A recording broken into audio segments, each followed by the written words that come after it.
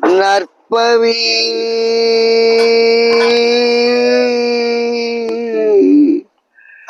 ஸ்ரீ காகபுஜுண்டரின் பெருநூல் காவியம் 1000 மூலமும் உரையும். பாடல் 35. உள்ளேதான் பாலமுருதம் அடியும் என்பார், உண்ட அன்னம் பசியடங்கும் வாரதாகோ. தெல்லினேன் இது விவரம் தெரிந்து கொள்ளு, தெளியாற்றால் யான் சொன்ன சூச்சம் பாரு. கல்லேதான் வடியும் என்பார் உச்சி வாசல், கட்டறுத்தாலே கோழை வடியும் அல்லோ. பிள்ளைகள் இதுவறியார் பற்றியாகும், பேசினார் யான் அறுத்து மேற் சென்றேனே.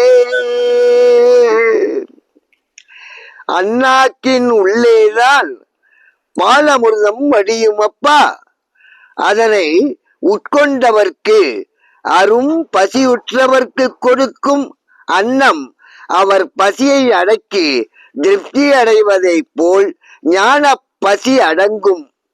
ஞான பசி உள்ளவர்க்கு அமிர்தம் கிடைத்தால் அனைத்தும் அடைந்த ஆனந்தம் கிடைக்கும்.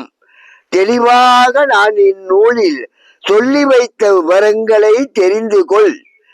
இதிலும் நீ தெளிவடையாவிட்டால் யான் சொன்ன சூட்சம் என்ன என்பதை அறிந்து கொண்டு உன்னையே நீ உற்றுப்பார், உண்மையை உணர்வாய்.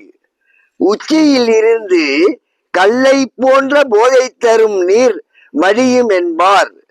வாசியை மேலேற்றி செய்யும் சாதனையினால் அங்கே யமனாக இருந்த கோழைதான் இலகி போய் உண்ணாக்கில் வடியும்.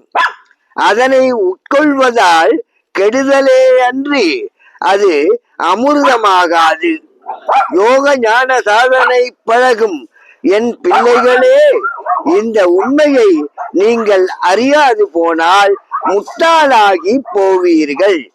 பேச்சை விடுத்து கருமமே கண்ணாக இருந்து வாசியினால் நான் கட்டறுத்து சென்றதை போல் நீங்களும் கோடையை கட்டறுத்து வெல்லுங்கள். அன்பே சிவம், அன்பே சிவம்.